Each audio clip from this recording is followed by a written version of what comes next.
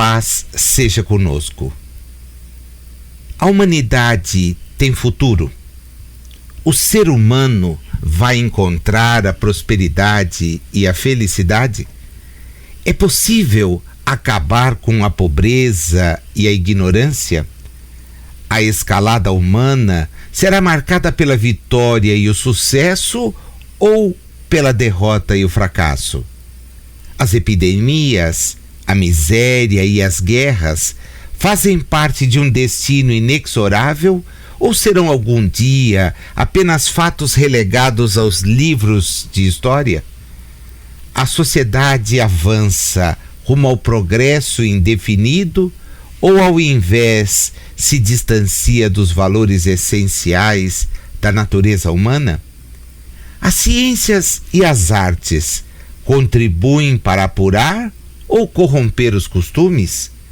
O mundo caminha para o aperfeiçoamento da civilização ou para o retrocesso da barbárie?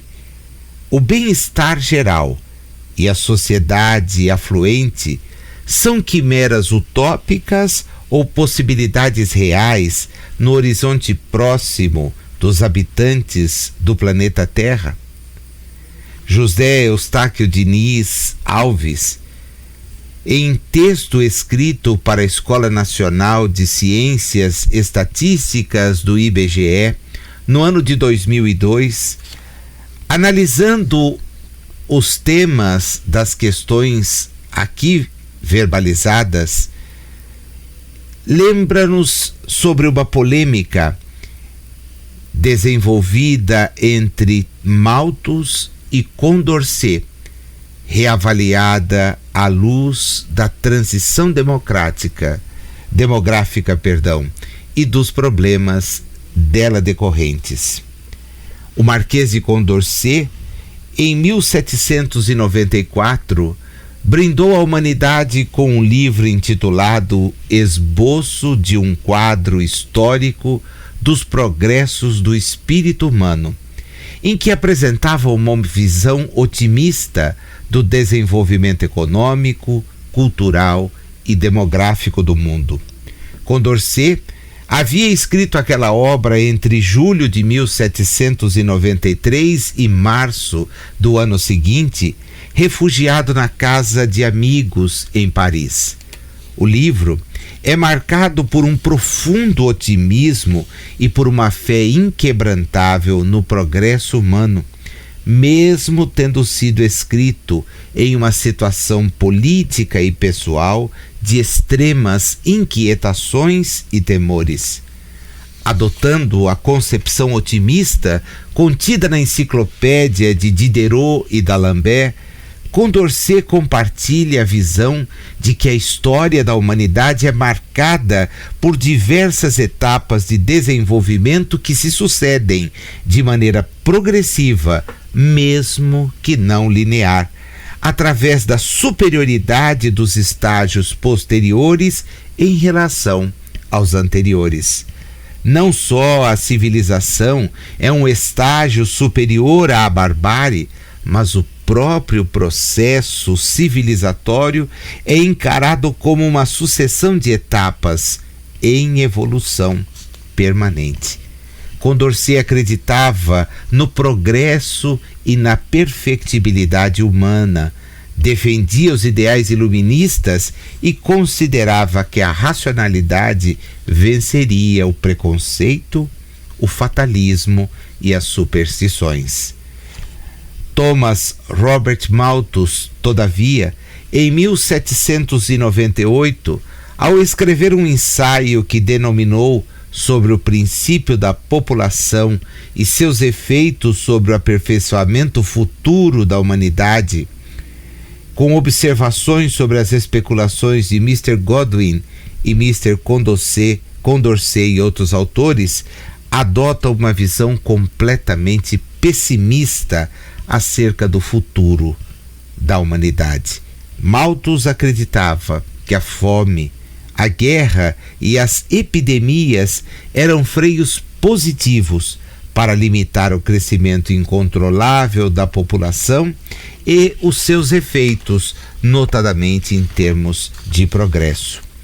A polêmica entre ambos, que merece do livro de José Eustáquio uma análise bem aprofundada, nos serve de pano de fundo para que possamos desenvolver, na presente oportunidade, o estudo de parte do capítulo 8º do Livro dos Espíritos em sua parte 3ª,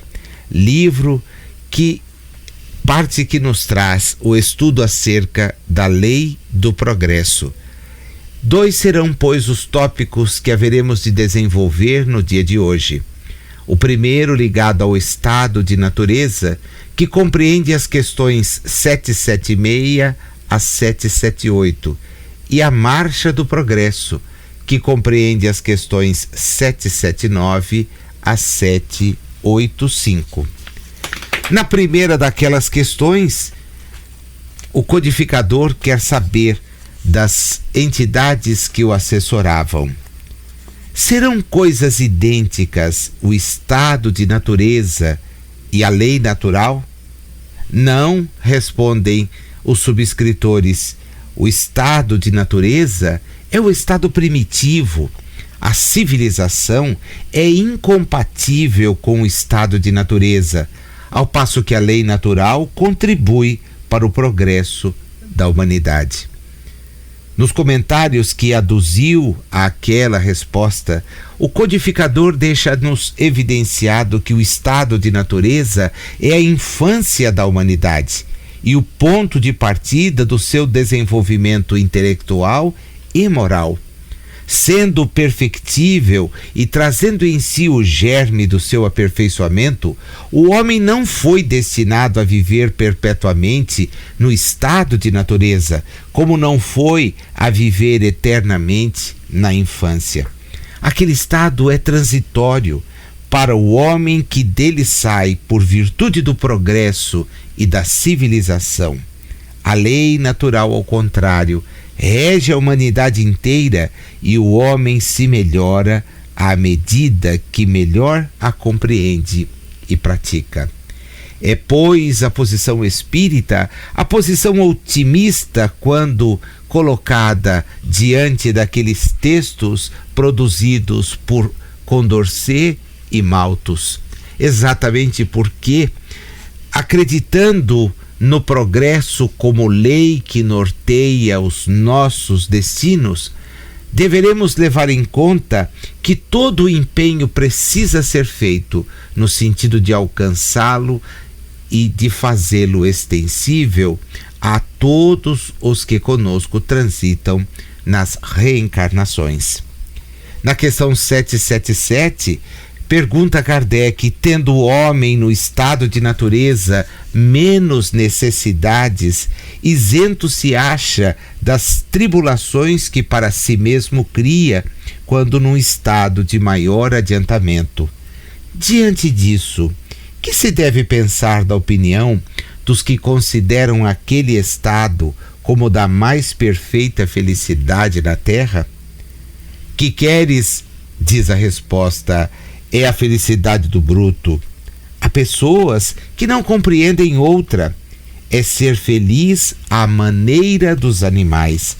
As crianças também são mais felizes do que os homens feitos, mas, como já sabemos, não somos destinados a permanecer na infância. O que devemos e procuraremos sempre fazer é viver de maneira muito mais espiritual do que material, de tal forma que, ignorando as eventuais percalços que nos surgem pelo caminho e tendo-os como necessários, devemos adotar sempre a postura otimista que nos conduz, mercê o esforço individual e coletivo, ao progresso tão ansiado. Pode o homem retrogradar para o estado da natureza? Observa Kardec na 778. Não. De maneira alguma, o homem tem que progredir incessantemente e não pode volver ao estado de infância desde que progride, é porque Deus assim o quer.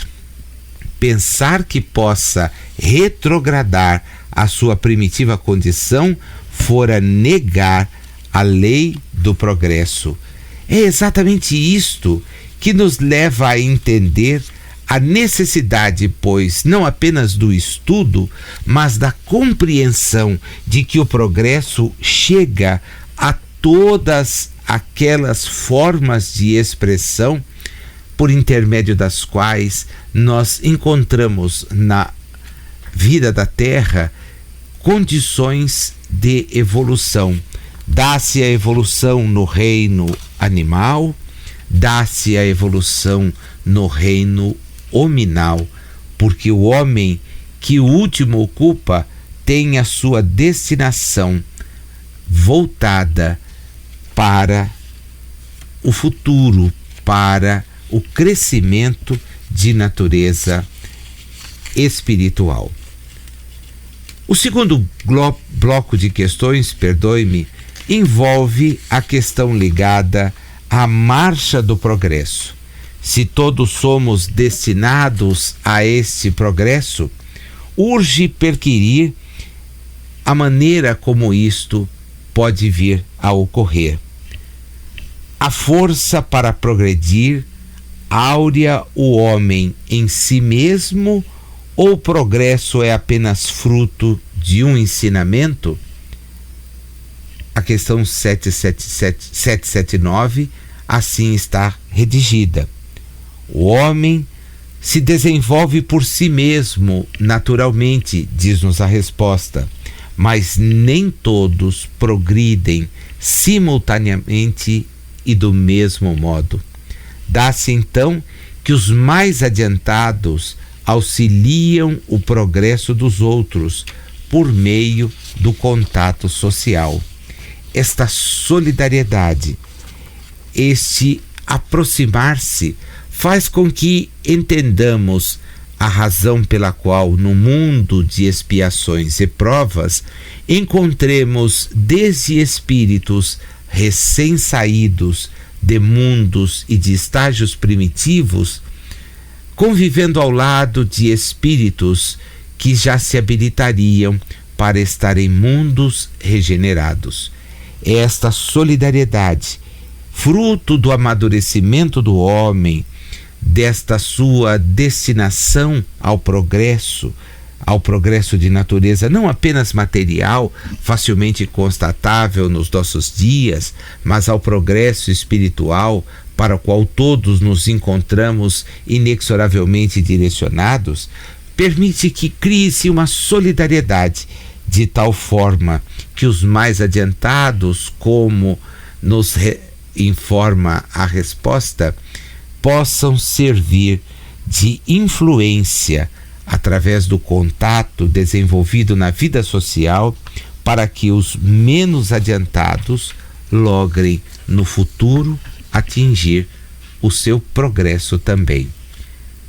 Na 780, o progresso moral acompanha sempre o progresso intelectual? A resposta merece grande consideração de nossa parte. Decorre deste, mas nem sempre o segue imediatamente. E é com tristeza que constatamos que muitas vezes descobertas de natureza científica, fruto do amadurecimento intelectual daqueles que as elaboraram, que as efetivaram, têm uma destinação que moralmente nos é bastante questionável. O que diríamos nós quando do exame da questão, por exemplo, da bomba atômica, da fissão nuclear? É evidente que o progresso intelectual é bastante efetivo quando os cientistas conseguem, através de experimentos, dar curso aos estudos e concretizam a fissão nuclear.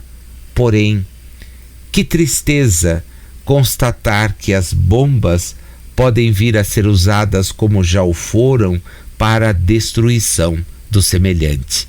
Quaisquer sejam as justificativas ofertadas, temos que convir que a atitude faz com que a resposta ofertada pelos espíritos seja bastante merecedora de crédito, porque, embora o progresso moral seja decorrente do progresso intelectual, isto, infelizmente, não se dá em tempo oportuno.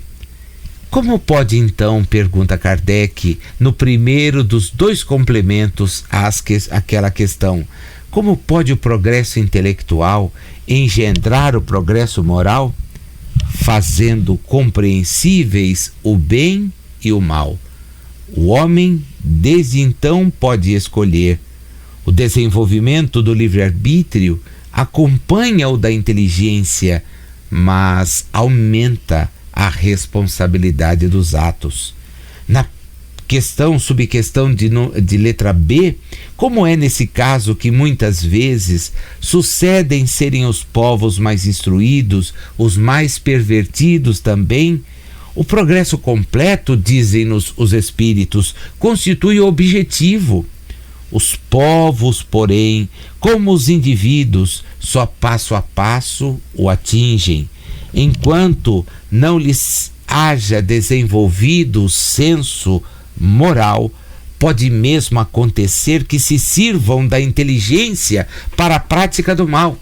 O moral e a inteligência são duas forças que só com o tempo chegam a equilibrar-se. É isso que está, evidentemente, no estudo da realidade em que estamos envolvidos, onde, ao lado da sofisticação de técnicas cada vez mais apuradas, encontramos comportamentos, às vezes até provenientes dos que dominam tais técnicas, que realmente põem para baixo a ideia que poderíamos vir a ter a propósito desse progresso de natureza moral. Se formos ao Livro dos Espíritos, particularmente a questão de número 365, que já tivemos a oportunidade de aqui analisar, identificaremos a seguinte dúvida: por que é que alguns homens muito inteligentes, o que constitui indício de superioridade, são ao mesmo tempo profundamente viciosos? É que não são ainda bastante puros os espíritos encarnados nesses homens e cedem à influência de espíritos piores. O espírito progride em insensível marcha ascendente, mas o progresso não se efetua simultaneamente em todos os sentidos. Durante um período, ele pode se adiantar em ciência, durante outro em moralidade. O mesmo Livro dos Espíritos, na questão de número 751, nos leva a pensar do ponto de vista coletivo. Como se explica que entre alguns povos já adiantados sob o ponto de vista intelectual, o infanticídio seja um costume e esteja consagrado pela legislação? O desenvolvimento intelectual, respondem as entidades, não implica a necessidade do bem. Um espírito superior em inteligência pode ser mau. Isso se dá com aquele que muito tem vivido sem se melhorar. Apenas sabe. Isto é gravíssimo. E nos leva então a entender uma sequência de acontecimentos lastimáveis, de situações constrangedoras, através das quais ou dos quais vemos o uso da inteligência, do conhecimento adquirido em detrimento da estrutura social. Nos referimos aqui, e voltaremos ao mesmo ponto, à questão ligada ao manuseio das armas atômicas e mesmo de uma maneira bastante objetiva ao próprio uso de armas, pois não é possível que ainda hoje tenhamos um número tão elevado de pessoas atingidas por disparos de armas de fogo numa sociedade que já deveria ter há muito valorizado a questão do diálogo, do crescimento das conversas que possam conduzir à pacificação. Na questão 792, também do Livro dos Espíritos, Kardec quer saber por que não se efetua a civilização imediatamente, ou por que não efetua, me perdoem, a civilização imediatamente todo o bem que poderia produzir, porque os homens ainda não estão prontos nem dispostos a alcançá-lo. A resposta efetivamente é clara. Falta-nos em muitos pontos a disposição para buscar o bem que devemos produzir. Lá na questão de número 898, ao discorrer acerca das virtudes e dos vícios, encontramos a dúvida, sendo a vida corpórea apenas uma etapa temporária neste mundo e devendo o futuro constituir objeto da nossa principal preocupação, será útil nos esforcemos por adquirir conhecimentos científicos que só digam respeito às coisas e às necessidades materiais?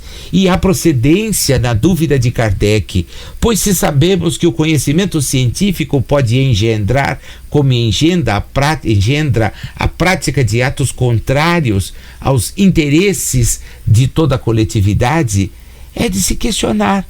Seria útil permanecer na ignorância? Os espíritos são categóricos em criticar qualquer postura nesse sentido.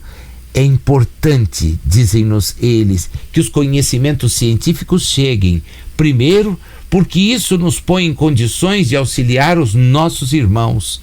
Depois, o nosso espírito subirá mais depressa se já houver progredido em inteligência. Nos intervalos das encarnações, aprendereis numa hora o que na terra vos exigiria anos de aprendizado.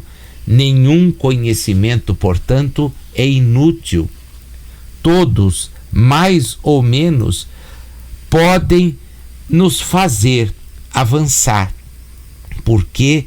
Porque saberemos que através desse conhecimento nós teremos condições de caminhar para a perfeição. Estaremos trabalhando no sentido de acrescentar às nossas informações do ponto de vista intelectual aquelas que permitam o desenvolvimento do espírito. A questão 781 traz a seguinte redação: tem o homem o poder de paralisar a marcha do progresso? Não, mas tem às vezes o de embaraçá-la, respondem as entidades. Ao que Kardec então acresce um novo questionamento: que se deve pensar dos que tentam deter a marcha do progresso e fazer que a humanidade retrograde? Pobres seres que Deus castigará, respondem os espíritos, serão levados de roldão pela torrente que procuram deter. E nos comentários, que maravilha! Sendo o progresso uma condição da natureza humana, não está no poder do homem opor-se-lhe. É uma força viva cuja ação pode ser retardada, porém não anulada por leis humanas, mas, quando estas se tornam incompatíveis com ele, despedaça-as juntamente com os que se esforcem por mantê-las. Assim será, até que o homem tenha posto suas leis em concordância com a justiça divina, que quer que todos, efetivamente todos participem do bem e não a vigência de leis feitas pelo forte em detrimento do fraco. Recomendo a todos que examinem o teor de um artigo inserido no volume de novembro do ano de 1860 da Revista Espírita. Naquele periódico, sob a rubrica da seção Dissertações Espíritas, há um texto identificado como sendo os inimigos do progresso. E veremos que aqueles que se opõem a esta marcha ascendente, que nos vai levar do progresso intelectual para o progresso moral, que pode nos conduzir a ambos na medida da generosidade do nosso comprometimento com a prática do bem, na medida do nosso engajamento com valores que são valores imperecíveis, nós veremos que não será possível deter esta marcha do progresso. E se do ponto de vista material, todos percebemos que aqueles que tentam a isto se opor acabam mesmo rechaçados, deixados à margem do caminho, não resta dúvida de que do ponto de vista do progresso moral, isto também se dará. É uma questão de tempo. O otimismo exteriorizado por Condorcet é efetivamente muito mais compreensível do que o pessimismo de Thomas Malthus, teóricos que motivaram as nossas reflexões introdutórias, e isto porque, para dar resposta a tantas e sérias questões como aquelas que norteiam as nossas preocupações, pois se a humanidade deverá ter futuro, o ser humano vai encontrar a prosperidade e a felicidade, é importante não percamos de vista que estamos na Terra não para nos perpetuarmos na sua superfície, o que seria um contrassenso diante das leis físicas que já temos condições de dominar, mas de aproveitar o estágio pelo qual aqui passamos e dar aos nossos espíritos o progresso que ele busca, o progresso que ele anseia e para o qual está efetivamente predestinado.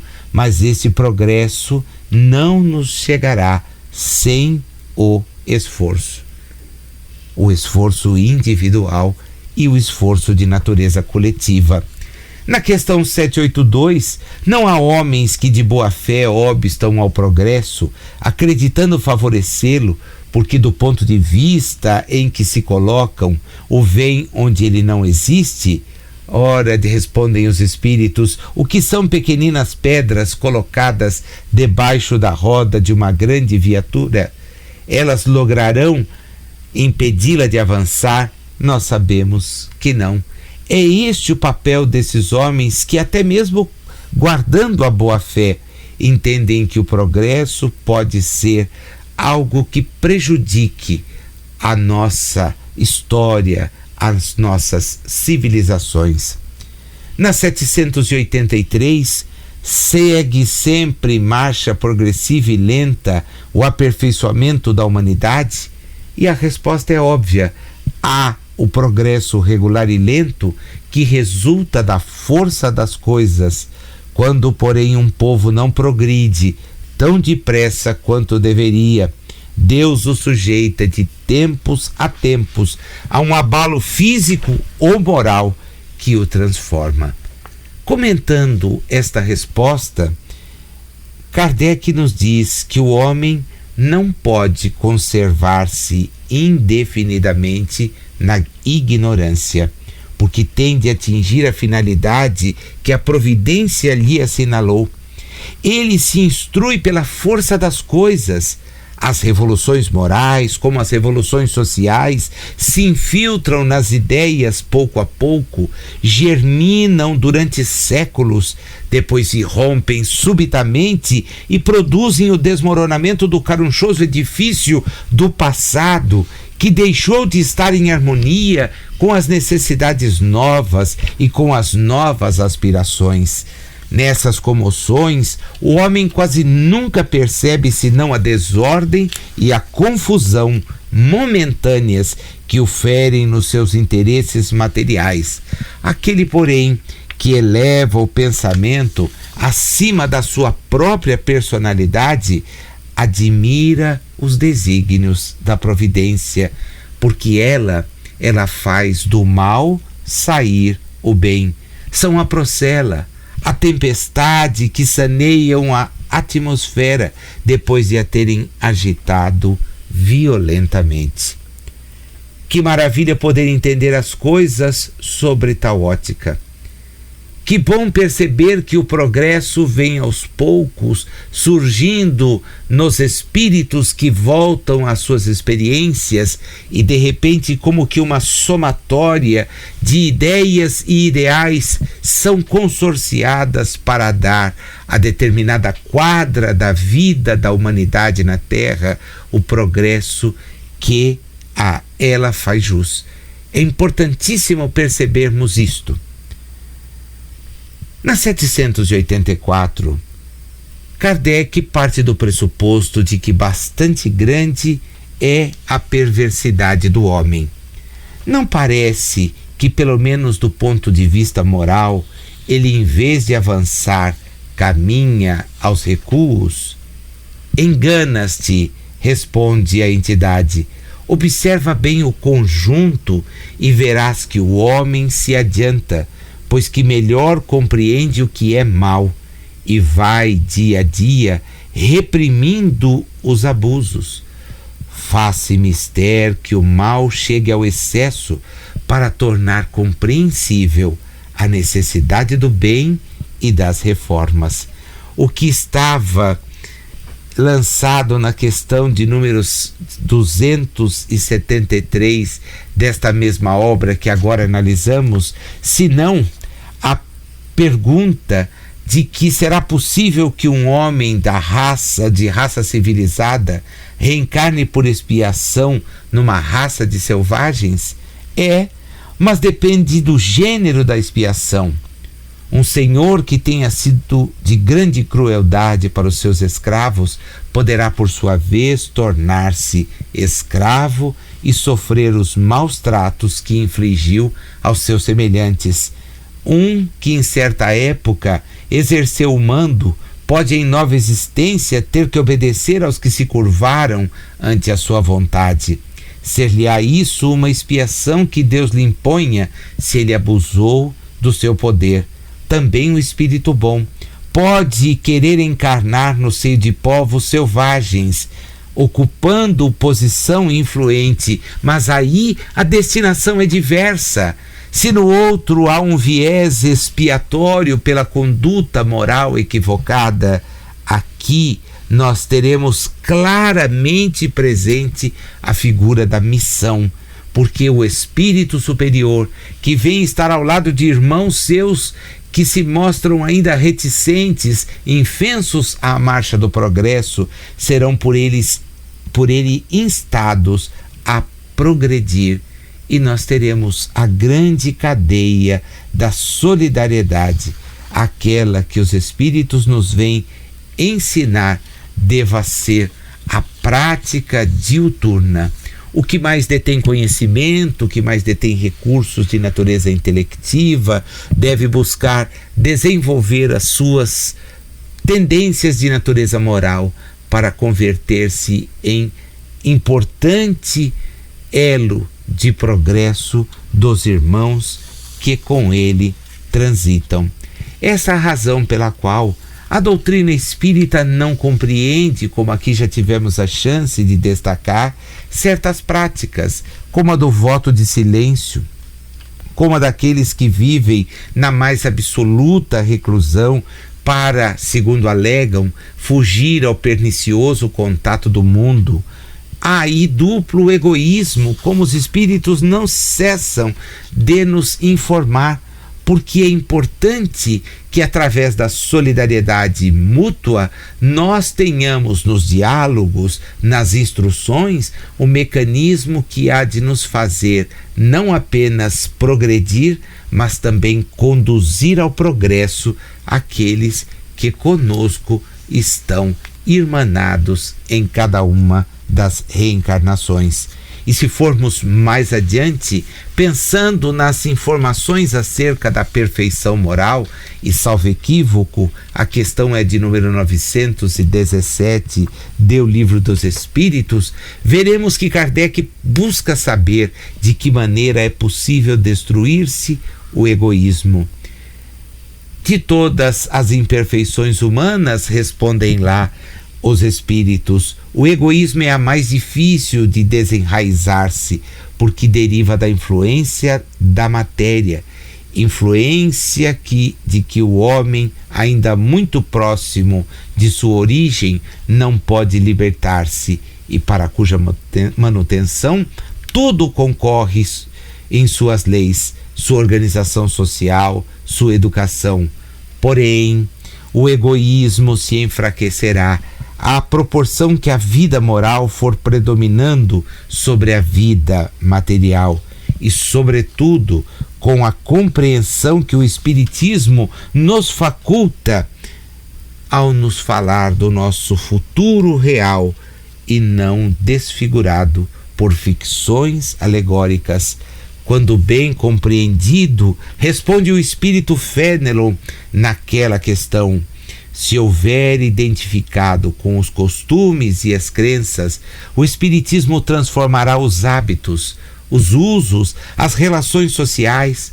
O egoísmo assenta na importância da personalidade. Ora, o Espiritismo bem compreendido, repito, mostra as coisas de tão alto que o sentimento da personalidade desaparece, de certo modo, diante da imensidade.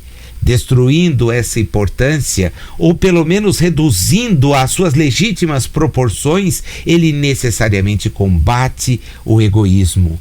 O choque ensina-nos Fénelon que o homem experimenta do egoísmo dos outros é o que muitas vezes o faz egoísta, por sentir a necessidade de colocar-se na defensiva.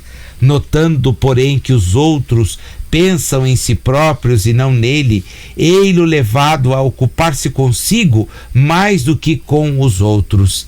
Sirva de base às instituições sociais, às relações legais de povo a povo e de homem a homem, o princípio da caridade e da fraternidade, e cada um pensará menos na sua pessoa ao ver que os outros também com ela se preocupam. A destinação a que estamos fadados, meus amigos, é esta destinação de avançar, de adquirir os conhecimentos de natureza intelectual, com certeza, mas de canalizá-los para o progresso de natureza espiritual. Não percamos de vista o fato de que os espíritos nos induzem a pensar na questão de como veicular o conhecimento que temos para facilitar a vida, para tornar mais amena a dor daquele que conosco transita em termos de humanidade. É importante que nós entendamos que o papel da doutrina espírita, mormente quando vivida por todos nós, tem o condão de ajudar a que o progresso moral, antes e acima de tudo, nos chegue, e assim, em convivendo conosco, em fazendo parte das nossas ações, dos nossos pensamentos, ele induza aqueles que conosco convivem a agirem da mesma forma. Qual seria, termina Kardec por perguntar, o maior obstáculo ao progresso? É o tema da questão 785, o orgulho e o egoísmo. Refiro-me, diz o subscritor da resposta, ao progresso moral, porquanto o intelectual se efetua sempre. À primeira vista, parece mesmo que o progresso intelectual reduplica a atividade daqueles vícios, desenvolvendo a ambição e o gosto das riquezas, que a seu turno incitam o homem a empreender pesquisas que lhe esclarecem o espírito.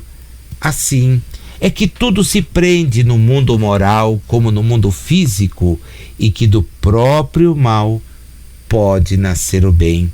Curta, porém, a duração desse estado de coisas, que mudará à proporção que o homem compreender melhor que, além da que o gozo dos bens terrenos proporciona, uma felicidade existe maior e infinitamente mais duradoura.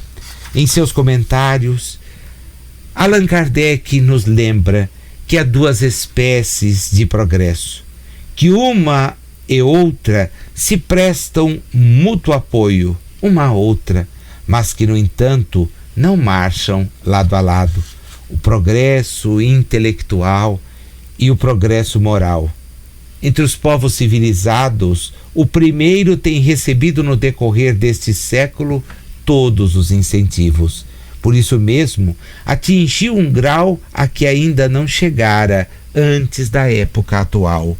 Muito falta para que o segundo se ache no mesmo nível, e podemos dizer isso dos nossos dias. Entretanto, comparando-se os costumes sociais de hoje com os de alguns séculos atrás, só um cego negaria o progresso realizado. Ora, sendo assim, por que haveria essa marcha ascendente de parar, com relação de preferência ao moral do que com relação ao intelectual? Porque será impossível que entre o século XIX e o século XXIV haja esse respeito tanta diferença quanta entre o século XIV e o século XIX? Duvidar fora pretender que a humanidade está, e nós sabemos que não está, no apogeu da perfeição, o que seria e é um absurdo, ou que ela não é perfectível moralmente, o que a experiência nos desmente. Em o texto do Evangelho segundo o Espiritismo, somos instados a perceber, na estrutura do capítulo 7º, Bem-aventurados os pobres de espírito, o conteúdo de uma instrução denominada o orgulho e a humildade. Vamos refletir um pouco acerca do que lá encontramos? Pediria a sua atenção exatamente para isto. O tamanho do texto talvez nos impeça uma leitura mais aprofundada, mas que poderá ser feita por todos vocês na medida em que localizarem, a partir do número 11 daquele capítulo, a longa mensagem subscrita por Lacordaire em Constantina, e ela diz respeito exatamente ao confronto entre o orgulho e a humildade. Diz-nos ele: a humildade é virtude muito esquecida entre vós. Bem poucos seguidos são os exemplos que dela se vos tem dado. Entretanto, sem humildade podeis ser caridosos com o vosso próximo? Oh, não! Pois que esse sentimento nivela os homens, dizendo-lhes que todos são irmãos, que se devem auxiliar mutuamente, e os induz ao bem. Sem a humildade, apenas vos adornais de virtudes que não possuís, como se trouxesseis um vestuário para ocultar as deformidades do vosso corpo. Lembrai-vos daquele que nos salvou, lembrai-vos da sua humildade, que tão grande o fez, colocando-o acima de todos os profetas. O orgulho é o terrível adversário da humildade. Se Jesus prometia o reino dos céus aos mais pobres, é porque os grandes da terra imaginam que os títulos e as riquezas são recompensas deferidas aos seus méritos e se consideram de essência mais pura do que a do pobre. julgam que os títulos e as riquezas lhes são devidos, pelo que quando Deus lhes retira, o acusam de injustiça. Oh, irrisão e cegueira! Pois então Deus vos distingue pelos corpos? Não nos distingue, mas poderemos ser distinguidos pelo progresso moral que viemos a efetuar. Assim, embora a conquista de títulos acadêmicos, de posições transitórias, seja algo que muitas vezes nos é imposto pelas conquistas, pelas questões de natureza social, é importante que saibamos da transitoriedade de tais situações. E estando conscientes de tal transitoriedade, tudo empreendamos no sentido de aliar a este conhecimento que muitas vezes os nossos esforços nos leva a obter, para deles e através deles agirmos em benefício daqueles que nos cercam. Conhecer, imprescindível, mas mostrar-se evoluído do ponto de vista da moral, da compreensão das dores alheias, é efetivamente o que nos dará a distinção quando tivermos que refletir sobre as nossas reencarnações. Para finalizar, temos sempre recorrido a Emmanuel, numa página que foi escrita na reunião pública de 14 de agosto de 1961, na parceria por ele estabelecida com Francisco Cândido Xavier, é analisado o texto do parágrafo 4º, do item 3º, do capítulo 7º, da primeira parte de O Céu e o Inferno. E o título é bem sugestivo: O Bem que nos falta. No estudo da perfeição, comecemos por vigiar a nós mesmos, corrigindo-nos em tudo aquilo que nos desagrada nos semelhantes. Muitos criticam autoridades, apontando-as por verdugos do povo, mas, dentro do lar, tiranizam as mãos obscuras e generosas que lhes amassam o pão. Outros vemos criticando a guerra, amaldiçoando tal movimento entre os povos, porém vivem no aprisco familiar com a truculência da fera solta.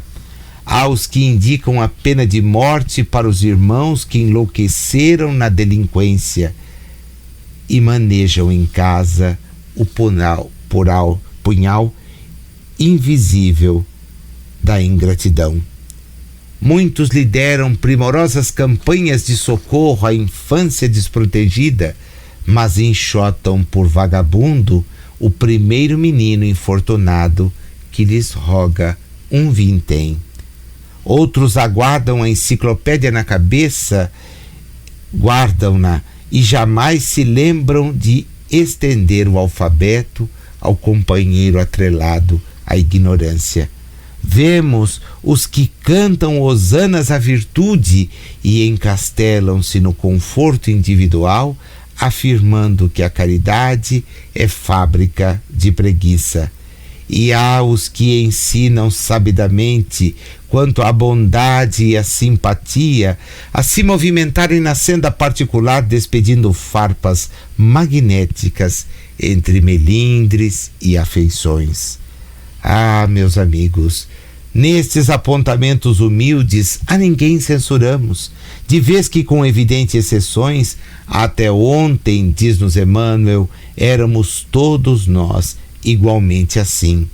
Hoje, porém, com o conhecimento que a doutrina espírita nos traz no comando da fé, sabemos todos que a lei do progresso confere a cada espírito a possibilidade de adquirir o bem que lhe falta, a fim de que a justiça estabeleça o merecimento de cada um na pauta das próprias obras. Conjuguemos assim conselho e ação, palavra e conduta na mesma onda de serviço renovador, compreendendo por fim que o bem que nos falta nem sempre é o bem que ainda não desfrutamos, mas sim o bem dos outros, que em nosso próprio benefício nos cabe fazer. Reflitamos, pensemos acerca do que ouvimos, acerca das lições com as quais mais uma vez travamos contato, e não tenhamos dúvida de, baseados no conteúdo das lições do Livro dos Espíritos, das orientações seguras do Evangelho segundo o Espiritismo, quando nos manda dobrar o orgulho a bem da nossa própria felicidade, e tendo por orientação esta recomendação fantástica acerca do bem que nos falta, tenhamos olhos postos no progresso. Sim, não há o que temer. Os males são uma fase transitória decorrente da ignorância. Nós haveremos de vê-los superados, superando-os em nós mesmos. E se podemos e devemos algo fazer, somemos nossos esforços para fazê-lo em benefício daqueles mais infortunados que nos acompanham os passos. Não nos calemos diante das injustiças. Saibamos dar a nossa cota de trabalho em benefício desta transformação, porque o progresso chegará e há de fazer com que as ideias do Marquês de Condorcet, tão bem lançadas naquele esboço de um quadro histórico dos progressos do espírito humano, o progresso será mesmo uma realidade. A humanidade, pois, tem futuro. Será o homem próspero e feliz, evidentemente a felicidade relativa de estar encarnado, já que a felicidade plena ultrapassa a existência. É possível que a pobreza e a ignorância sejam diminuídas a tal ponto que nos sintamos felizes por ver que o mundo está melhor. A escalada humana tem tudo para ser marcada pela vitória e pelo sucesso. Longe de nós, pois, a derrota e o fracasso. Para as epidemias, o tratamento. Para a miséria, a solidariedade. Para as guerras, o diálogo e a compreensão exaustivos, porque todos estaremos efetivamente construindo um mundo melhor quando eliminarmos tais chagas do nosso cotidiano. A sociedade, não nos mesmos passos, não no mesmo ritmo, avança sim rumo a um progresso, e longe está de nós outros, de alguma forma, tentarmos entravá-los com as nossas visões, muitas vezes deturpadas, acerca da realidade.